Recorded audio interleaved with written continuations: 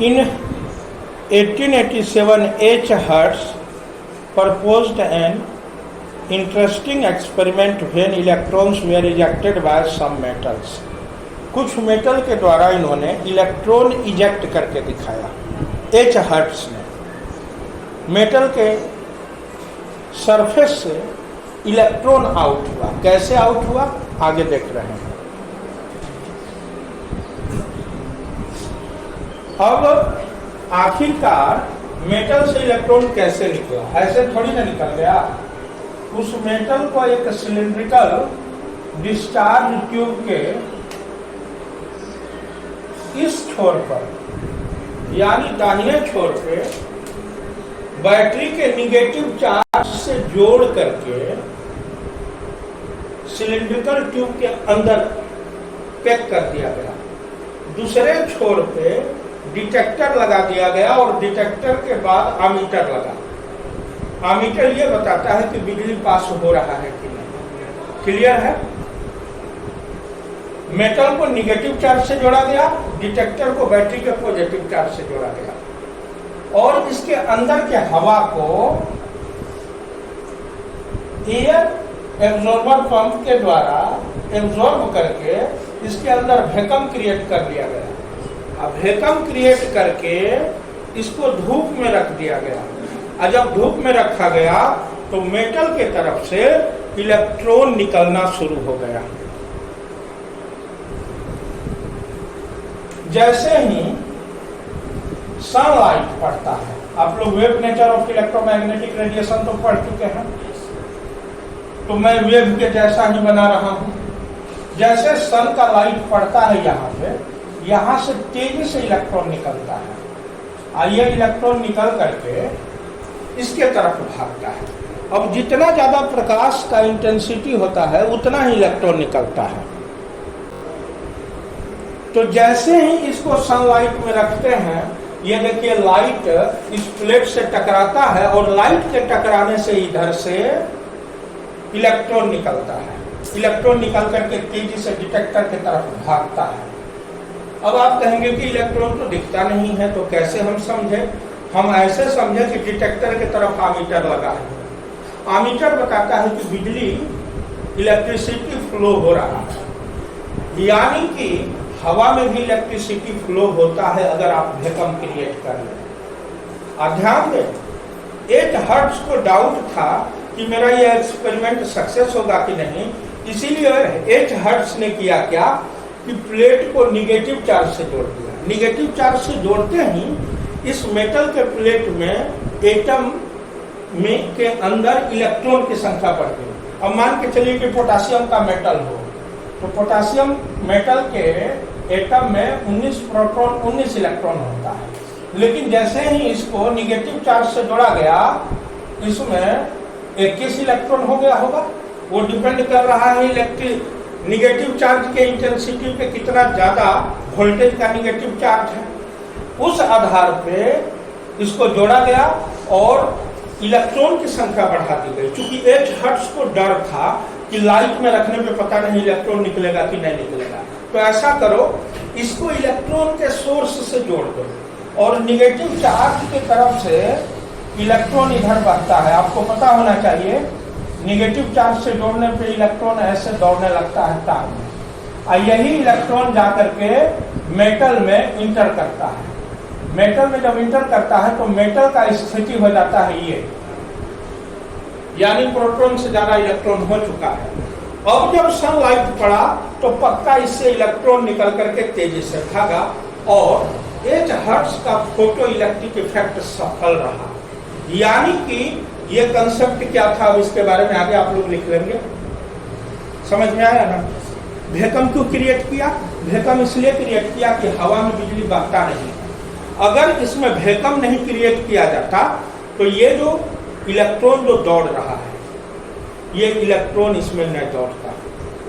चूंकि normal pressure पे air electricity का क्या है, इंसुलेटर है, और जैसे ही उसका लो प्रेशर किया जाता है एयर इलेक्ट्रिसिटी का कंडक्टर बन जाता है। तो इन्होंने दो उपाय किया, तीन उपाय किया। पहला तो इसको बैटरी से जोड़ दिया निगेटिव चार्ज, ताकि इसमें इलेक्ट्रॉन की संख्या बढ़ जाए। दूसरा, इसके अंदर के हवा को चूस लिया। तीसरा, इसको सूर्य के धूप में रख दिया।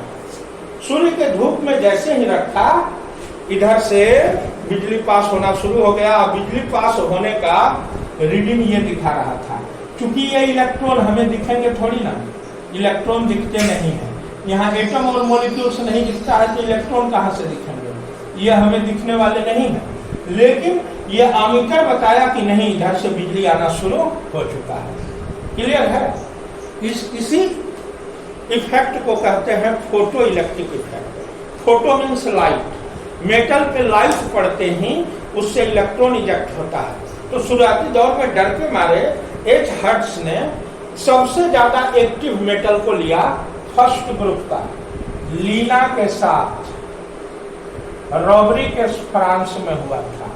यानी सोडियम, पोटासियम, रुबिडियम जैसे मेटल को लिया, क्योंकि उन्हें पता था कि ये मेटल आसानी से अपना इलेक्ट्रॉन लूज करते हैं, इसीलिए लिया गया इन्हें। और उसके बावजूद भी उनको डर था कि कहीं लूज करे ना करे, इसलिए उसे निगेटिव चार्ज से भी जोड़ दिया। निगेटिव चार्ज से ही नहीं जोड़ा, इसके अंदर वैक्यूम भी क्रिएट कर दिया। वैक्यूम क्रिएट करके तब सूर्य के प्रकाश में रखा। तो उनका जो सोच था, उस सोच के हिसाब से ये एक्सपेरिमेंट सक्सेस रहा, और इसी को कहते हैं फोटो इलेक्ट्रिक इफेक्ट। बाद में जो सोलर पैनल बना है, इसी कंसेप्ट पे बना है। सूर्य के लाइट से इलेक्ट्रिसिटी जो हम लोग प्रोड्यूस करते हैं, इसी कंसेप्ट पे है। आप लोगों में से कुछ लोग सोच रहे हैं कि अगर मेटल को पॉजिटिव चार्ज से जोड़ते तो क्या होगा। तो मेटल को अगर यहां रख देते, यहां पॉजिटिव चार्ज से जोड़ देते, तो ये मेटल जब पॉजिटिव चार्ज से जुड़ रहा है, तो पॉजिटिव चार्ज का मतलब है कि यहाँ इलेक्ट्रॉन की डिफिशियंसी है। क्या है? डिफिशियंसी। डिफिशियंसी का मतलब घनघोर किल्लत, इलेक्ट्रॉन का भयंकर अभाव है। अब ये पॉजिटिव चार्ज मेटल के इलेक्ट्रॉन को अपने साइड में बहा लेता, उल्टा दिशा में, और ये एक्सपेरिमेंट फेल हो जाता। क्योंकि जो इलेक्ट्रॉन इसमें दौड़ रहा था, वही इलेक्ट्रॉन इस तार में दौड़ करके पॉजिटिव चार्ज पोल के तरफ भागना शुरू हो जाता, और डिटेक्टर बेचारे के तरफ इधर से निगेटिव चार्ज जाना शुरू हो जाता। लेकिन डिटेक्टर में वो कैपेसिटी नहीं है जो इलेक्ट्रॉन लूज करे।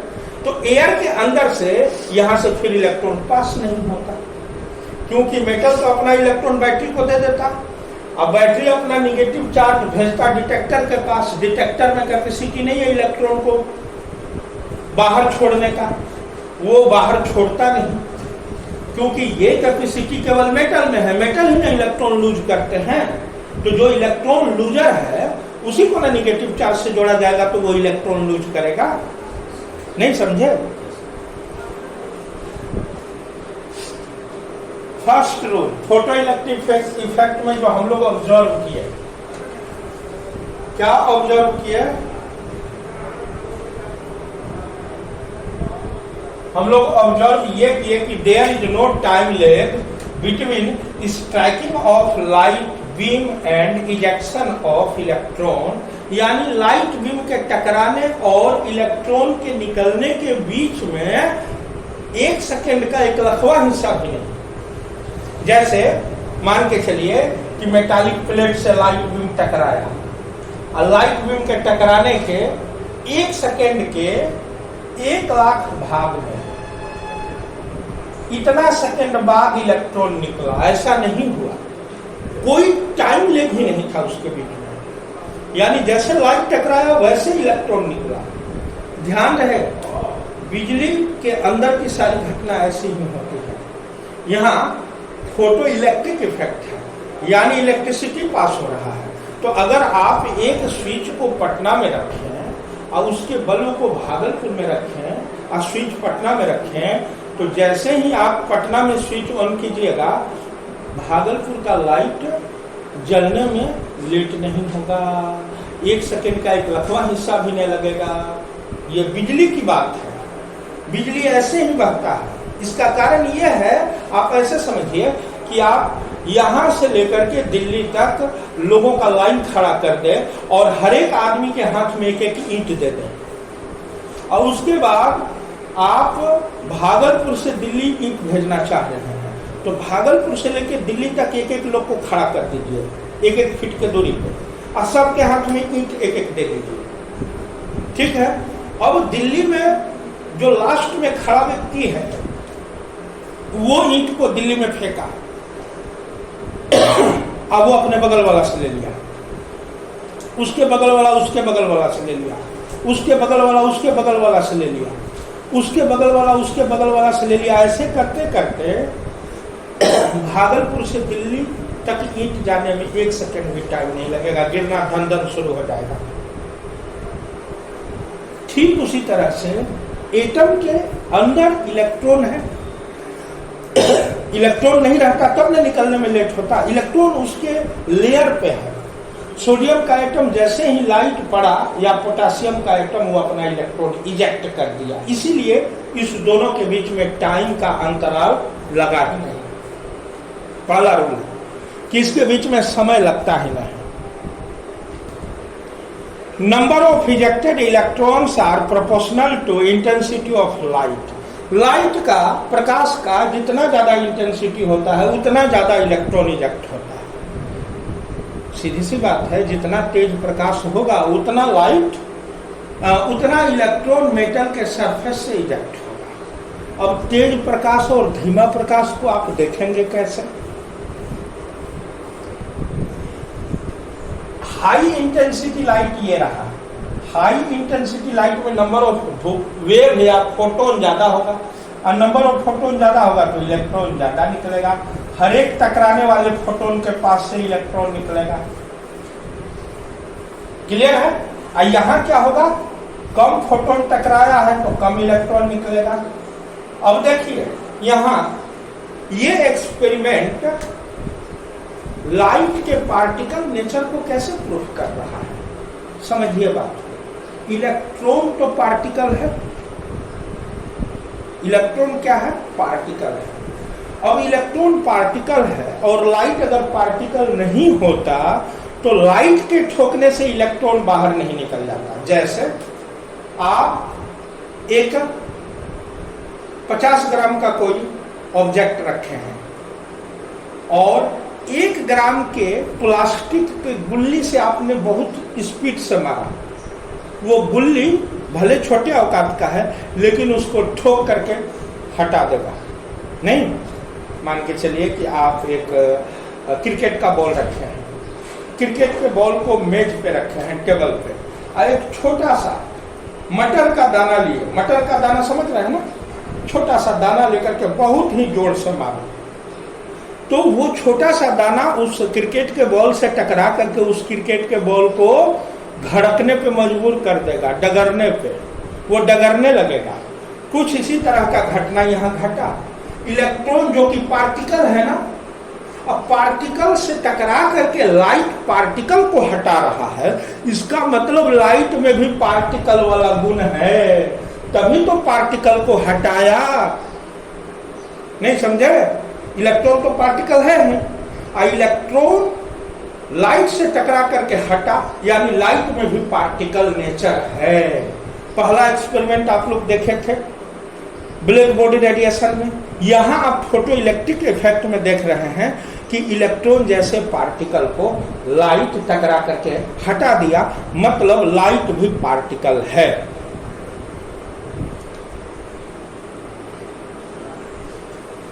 Every metal has a specific frequency of light that is cause of ejection of electron. Cause of ejection of electron. अब इसका मतलब क्या हुआ मैं तुरंत समझा देता हूं। अब देखिए थ्रेशोल्ड फ्रीक्वेंसी का, sorry, every metal has a specific frequency of light that is cause of ejection of electron called threshold frequency. Called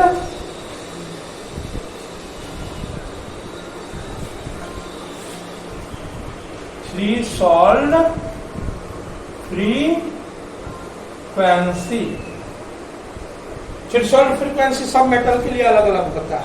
जैसे यहाँ देखिए रेड कलर का लाइट पोटासियम पे, ये कौन सा मेटल है? पोटासियम। पोटासियम के प्लेट पे रेड कलर का लाइट देखिए, इसका वेवलेंथ ज्यादा है, फ्रीक्वेंसी है 4.45 गुना 10⁻14 हर्ट्ज। ये घंटों तक टकराया, कुछ नहीं हुआ। लेकिन जैसे ही येलो कलर का 5.15, इससे ज्यादा है ना फ्रीक्वेंसी, वेवलेंथ है। अगर फ्रीक्वेंसी बढ़ता है तो वेवलेंथ घटता है ना। अब जैसे देखिए इसके फ्रीक्वेंसी से इसका फ्रीक्वेंसी ज्यादा है, क्योंकि इसका वेवलेंथ ज्यादा है, नीचे वाले का फ्रीक्वेंसी ज्यादा है, ऊपर वाले का वेवलेंथ ज्यादा है, नीचे वाले का वेवलेंथ कम है। तो इसका फ्रीक्वेंसी ज्यादा है, इसका फ्रीक्वेंसी कम है। इसका वेवलेंथ ज्यादा है तो इसका फ्रीक्वेंसी ज्यादा है। क्लियर है ना?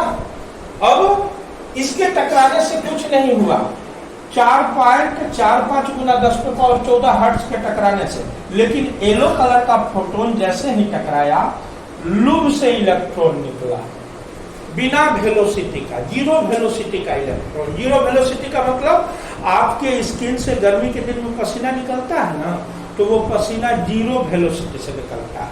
कि पसीना निकल करके पिचकारी जैसा दौड़ता है, नहीं ना, निकल करके स्किन पे ही चिपका रह जाता है। तो जीरो वेलोसिटी का मतलब ये हुआ कि ये इलेक्ट्रॉन मेटल के अंदर से निकल करके सरफेस पे चिपका रह गया है। लेकिन जैसे ही इससे भी बड़ा फ्रीक्वेंसी आप देते हैं, यानी 6 × 10⁻14 हर्ट्ज का, तो क्या होता है? इसका और महीन हो गया। अब इससे जो इलेक्ट्रॉन निकलता है वो तेजी से बाहर निकलता है। ये इलेक्ट्रॉन निकला क्या? जीरो वेलोसिटी से। तो जिसके कारण इलेक्ट्रॉन जीरो वेलोसिटी से निकला, वही पोटेशियम का थ्रेशोल्ड फ्रीक्वेंसी है। तो पोटेशियम का इलेक्ट्रॉन इसके कारण जीरो वेलोसिटी से निकला, यानी निकला तो, लेकिन सरफेस पे ही बना रहा। और जब येलो के बाद इंडिगो या ग्रीन टकराया, तो यही इलेक्ट्रॉन में वेलोसिटी था, इलेक्ट्रॉन तेजी से निकला। यानी जो इलेक्ट्रॉन को जीरो वेलोसिटी से निकाले, उस फ्रीक्वेंसी को उस मेटल के लिए थ्रेशोल्ड फ्रीक्वेंसी कहते हैं। अब इसका मतलब समझिए। चलिए देखिए थ्रेशोल्ड फ्रीक्वेंसी है क्या। यह सोडियम मेटल का प्लेट है। सोडियम मेटल के प्लेट में पहले रेड कलर का रेडिएशन या फोटोन टकराया, जिसका फ्रीक्वेंसी 4 × 10⁻14 हर्ट्ज है, 4 × 10⁻14 हर्ट्ज। कुछ नहीं हुआ, घंटों टकराया, लगातार दिन भर रख दीजिए, कुछ होने वाला नहीं। तब ऑरेंज कलर में रखा गया, ऑरेंज कलर में भी कुछ नहीं हुआ, क्योंकि ऑरेंज कलर का फ्रीक्वेंसी था 4.8 × 10⁻14 हर्ट्ज। तब येलो को रखा गया, येलो का 5.15 × 10⁻14 हर्ट्ज था, यहां भी कुछ नहीं हुआ। तब रखा गया ग्रीन को, ग्रीन टकराया सोडियम के प्लेट से, कितना? Frequency 5.75 × 10⁻14 hertz. अब इसके टकराते ही यहां जीरो वेलोसिटी का इलेक्ट्रॉन निकल गया, यानी सोडियम के लिए यही है थ्रेशोल्ड फ्रीक्वेंसी। सोडियम के लिए थ्रेशोल्ड फ्रीक्वेंसी यही है। अब इससे ज्यादा वैल्यू वाले पर टकराए, ब्लू को टकराए, तो क्या हुआ? अब यहां इलेक्ट्रॉन को ज्यादा एनर्जी मिला, और ये एनर्जी, ये जो इलेक्ट्रॉन निकला, इसका वेलोसिटी मोर देन जीरो था, मोर देन जीरो वेलोसिटी, यानी इसमें कुछ वेलोसिटी था। क्लियर हो गया? अब वही पोटेशियम पर सोच लीजिए। पोटेशियम, सोडियम के जस्ट बाद पोटेशियम होता है ना पीरियोडिक टेबल में। पोटेशियम पे रेड टकराया, नो प्रॉब्लम, ऑरेंज टकराया, नो प्रॉब्लम, येलो टकराया, कुछ भी नहीं हुआ। नहीं, येलो में ही, सुनिए, येलो में ही यहां जीरो वेलोसिटी का इलेक्ट्रॉन निकल गया। किसमें? पोटेशियम में। के पोटेशियम में येलो कलर, जिसका की वैल्यू कितना था? 5.15 × 14 हर्ट्ज, यही इसका थ्रेशोल्ड फ्रीक्वेंसी है। क्योंकि फिर इसमें जो ग्रीन टकराया और ब्लू टकराया, तो ग्रीन के टकराने पे वेलोसिटी कुछ था, ब्लू के टकराने पे और ज्यादा वेलोसिटी का इलेक्ट्रॉन निकला पोटेशियम से। क्लियर है? देखते जाइए। अब जरा सोचिए, रुबिडियम के लिए थ्रेशोल्ड फ्रीक्वेंसी ऑरेंज ही होने वाला है, नहीं? कौन? ऑरेंज। रेड टकराया, कुछ नहीं हुआ। ऑरेंज के टकराते ही रुबिडियम से क्या जीरो वेलोसिटी का इलेक्ट्रॉन निकल गया, जीरो वेलोसिटी का। अब ऑरेंज का 4.8 into 10 to the power 14 hertz frequency है, तो इसके लिए थ्रेशोल्ड फ्रीक्वेंसी रुबिडियम के लिए ये हो गया। अब देखिए, इससे ज्यादा फ्रीक्वेंसी वाला टकराया, यानी 5.15 फ्रीक्वेंसी का, तो इलेक्ट्रॉन जिस स्पीड से निकला, इससे ज्यादा स्पीड से निकला, क्योंकि ये निकल करके पसीना के जैसा चिपका रहा है, लेकिन ये निकल करके दौड़ गया। अब इससे भी ज्यादा फ्रीक्वेंसी दिए तो और ज्यादा तेजी से निकला, इससे भी ज्यादा फ्रीक्वेंसी दिए तो और ज्यादा तेजी से निकला। देख रहे हैं ना? लेकिन रुबिडियम के लिए थ्रेशोल्ड फ्रीक्वेंसी कौन था? ऑरेंज था। अब देखिए, सीजियम को इतना एक्टिव मेटल क्यों कहते हैं? सीजियम पे रेड कलर ही आके पड़ा तो जीरो वेलोसिटी का इलेक्ट्रॉन निकल गया, यानी 4 into 10 to the power 14 hertz, यानी रुबिडियम के लिए थ्रेशोल्ड फ्रीक्वेंसी ये है। अब आप लोग सोच रहे होंगे कि ऐसा क्यों हो रहा है, तो ऐसा होने का कारण है, सोडियम के पहला ऑर्बिट में 2 इलेक्ट्रॉन, दूसरा में 8 और तीसरा में 1। सोडियम का एटम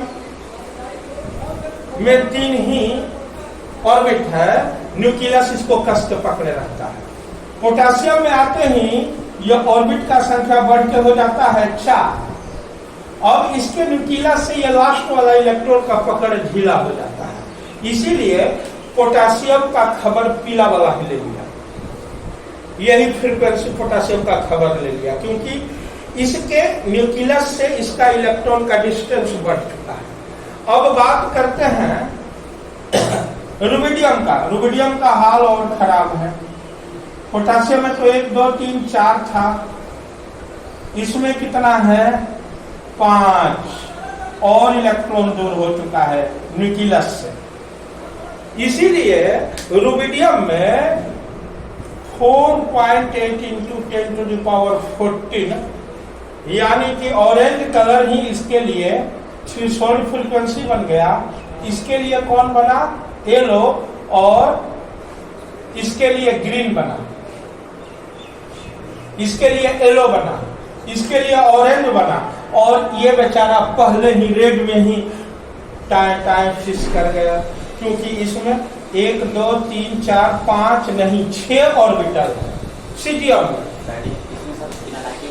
हाँ, बिना लाइट का हो जाता है, इंफ्रारेड में ही उसका काम हो जाता है।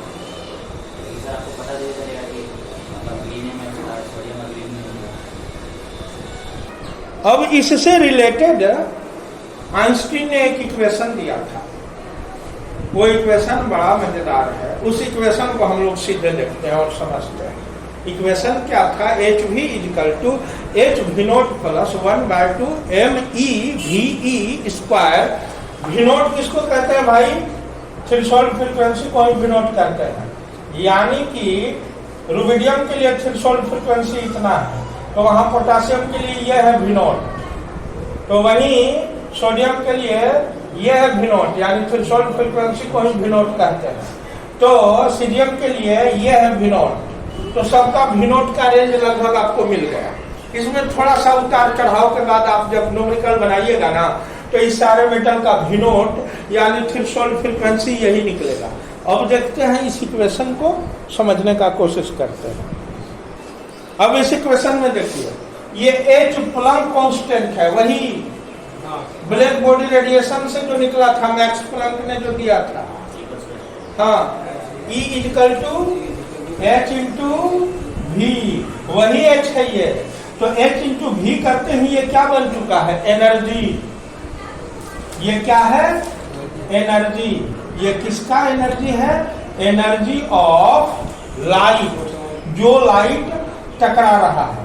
Energy of striking photon, strike करने वाले फोटोन का एनर्जी है। और ये एनर्जी किसका है? ये इस एनर्जी में थोड़ा सा समझना होगा, ये उस मेटल का इंटरनल एनर्जी भी है और ये थ्रेशोल्ड फ्रीक्वेंसी का भी एनर्जी है। यहाँ पे आपको आके दोनों साइड से सोचना होगा। किसके साइड से? जैसे पोटेशियम के लिए, पोटेशियम के लिए थ्रेशोल्ड फ्रीक्वेंसी का वैल्यू कितना है?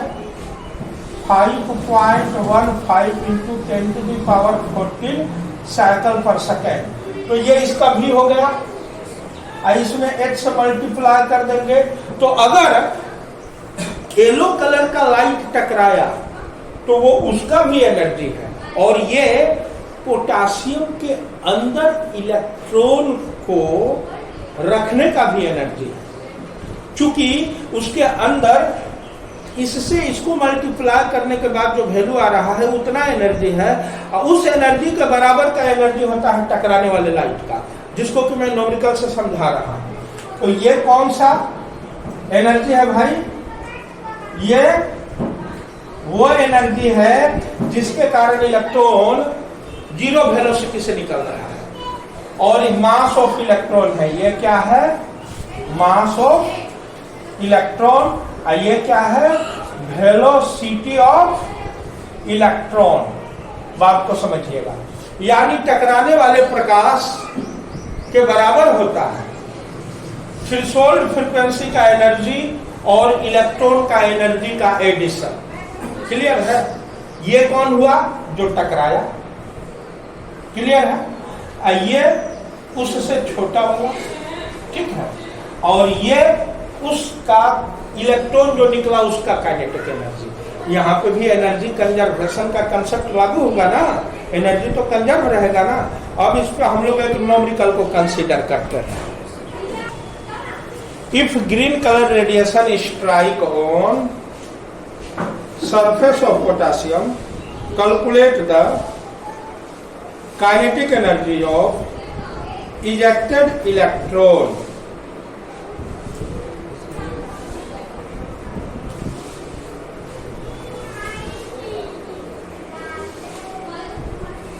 Strikes on the surface of potassium, calculate the kinetic energy of electron। कैसे निकलेगा? बड़ा आसान है। टकराने वाला ये है, H का वैल्यू कितना है? 6.626 इंटू 10⁻⁻34 जूल इंटू सेकेंड। और ग्रीन कलर का फ्रीक्वेंसी कितना होता है? मल्टीप्लाई 5.75 इंटू 10⁻14 साइकिल पर सेकेंड। ये इसका वैल्यू हो गया ना, इक्वल टू। अब इसका वैल्यू लिखेंगे, यहां पे भी लिखेंगे 6.626 into 10⁻⁻34 joule second into potassium के लिए थ्रेशोल्ड फ्रीक्वेंसी आपको पता है कितना है? 5.15 इंटू 10⁻⁻34 जूल सेकेंड। हाँ, 14 साइकिल पर सेकेंड इक्वल टू। अब इसको ऐसे ही रहने दीजिए, क्योंकि हम लोगों को इलेक्ट्रॉन का काइनेटिक एनर्जी भी लिखना है। तो यहाँ प्लस दे करके हम लोगों को लिख देना है के ऑफ इलेक्ट्रॉन। अब हमें इसको इस फॉर्म में लिखने का कोई जरूरत नहीं है, क्योंकि इलेक्ट्रॉन का काइनेटिक एनर्जी पूछ रहा है, वेलोसिटी पूछता, मास पूछता, तब हमें इसे लिखना पड़ता। ME और VE को। यहाँ तो सीधे काइनेटिक एनर्जी पूछ रहा है। क्लियर है? अब चलिए हम लोग आगे बढ़ते हैं। अब देखिए यहाँ 10 to the power -34 में से 10 to the power 14 गया, बच गया 10 to the power -20 जूल। और यहाँ सेकेंड खबर ले लिया क्योंकि जूल बचा केवल, इसलिए जूल लिख दिया। अब इस पूरे का काम हो गया। अब इक्वल टू वो मल्टीप्लाई करके कितना हुआ है। अब देखिए यहाँ भी सेकेंड गायब, 6.626 को 5.15 से मल्टीप्लाई किए तो इतना आया। 34 में से 14 गया, 10 पे पावर -20 जूल आया। और 60 में प्लस में काइनेटिक एनर्जी। अब देखिए ये दोनों जुट करके इतना हो रहा है, तो ये कितना होगा 6 = 4 + 2, तो 2 बराबर 6 - 4 हो जाएगा कि नहीं हो जाएगा। तो काइनेटिक एनर्जी 2 के जगह पर है। अब इसको निकालने के लिए आपको क्या करना होगा, KE kinetic energy equal to, ये प्लस में है ना, बराबर के इस पर आएगा तो माइनस में नहीं हो जाएगा। इसके आगे प्लस का चिन्ह छुपा हुआ है, यानी मामला क्या हो जाएगा 3.809 × 10⁻20 जूल माइनस 34.1239 × 10⁻20 जूल। अब पावर को सेम रख दीजिए और 38.9 में से इसको घटा दीजिए। तो इस तरह से आप घटा करके निकालिए, इतना काइनेटिक एनर्जी निकला। ये किस चीज का काइनेटिक एनर्जी था? इलेक्ट्रॉन का काइनेटिक एनर्जी निकला। अब अगर इलेक्ट्रॉन का काइनेटिक एनर्जी दे दिया हो और टकराने वाले लाइट का फ्रीक्वेंसी दे दिया गया हो, तो थ्रेशोल्ड फ्रीक्वेंसी भी आप निकाल सकते हैं बड़े आसानी से। अब इसी सवाल को एक और एक्सपेरिमेंट करते हैं।